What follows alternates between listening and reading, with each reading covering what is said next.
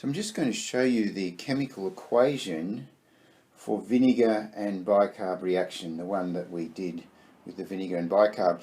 And you may have seen this thing called a periodic table, and that's really just all of the basic elements that go together to make up a chemical. And we'll just be using using the hydrogen there, the C for carbon, the O, that is an O for oxygen, and the Na for sodium. So they are the chemicals involved. This is the reactant side. These are the reactants on this side, and these are the products. So the reactants are sodium bicarbonate plus vinegar, and they react together and produce sodium acetate and water and carbon dioxide. So now I'll show you the chemical formulas for those. So sodium bicarbonate is NaHCO3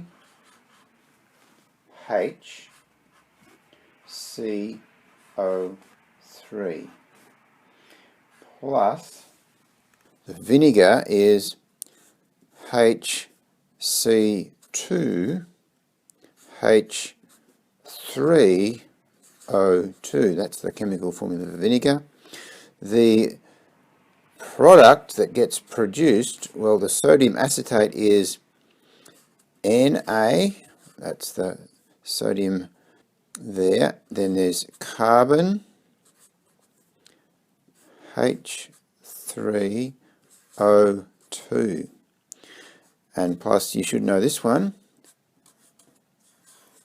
that's H2O is water, and of course carbon dioxide, which was the bubbly gas we saw, is CO2. So the way equation works is the things on this side, the reactants, have to be equal or equate to what's there in the product. So let's do a little tally up. And on this side we've really got one sodium particle there and only one sodium particle there. The H, which is hydrogen, we've got 1, 2, 3, 4, 5 hydrogen on this side. And over here on this side we've got 1, 2, 3, 4, 5 over that side too. So same hydrogen on either side too, that's good. Let's look at the carbon. 1 carbon, 2, 3 carbon. So there's 3 on that side. On this side I've got 1, 2, 3. 3 carbons. And on this side we've got 3 oxygen. Oh, no we're not. 1, 2, 3, 4, 5. We've got 5 oxygens. And on this side we've got 1, 2, 3, 4, 5 oxygens too. So you can see they all equate, or they're equal. The reactants have got the same amount of particles as the products, but you can see the elements have switched around. They've moved around and different products have been formed. Sodium bicarbonate is no longer there. Vinegar is no longer there. What we've got instead is this stuff called sodium acetate. We've got water, we've got carbon dioxide bubbling up as a gas. So those things let go of some of their elements, some of their particles, and new ones are formed. And that's what we talk about in a chemical reaction, when a new substance is formed. And it can't go back unless you put energy back into it. It can go back, but that is another story as well.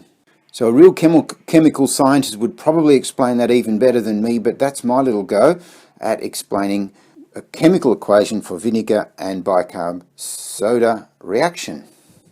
Now, just to compare that with this week's activity, we had sodium chloride. Now that's the salt, that's table salt, sodium chloride plus H2O, which is water, and it just produces the same thing. Now, if you look at our periodic table again, there's Na, which is the sodium, and the chloride is the Cl, and that's over here. Cl for chloride almost looks like a D there. Now that table salt is actually quite stable. Different chemicals have different stabilities. Some are very quickly and ready to react. Others hold together quite well and don't react with other things. And salt, table salt, is fairly stable material. So in the end, in that reaction, we don't get any change in the chemistry of the substances involved. They just stay the same. And even though the salt dissolves, it's really just those solid crystals becoming suspended in the water. It's just like really a block of ice water melting to become liquid water. It's just the same. It's still H2O. Nothing's changed chemically. It's just changed its state from all those particles being held together tight in a solid. It goes into a liquid and they can spread out and move apart. Thank you for listening.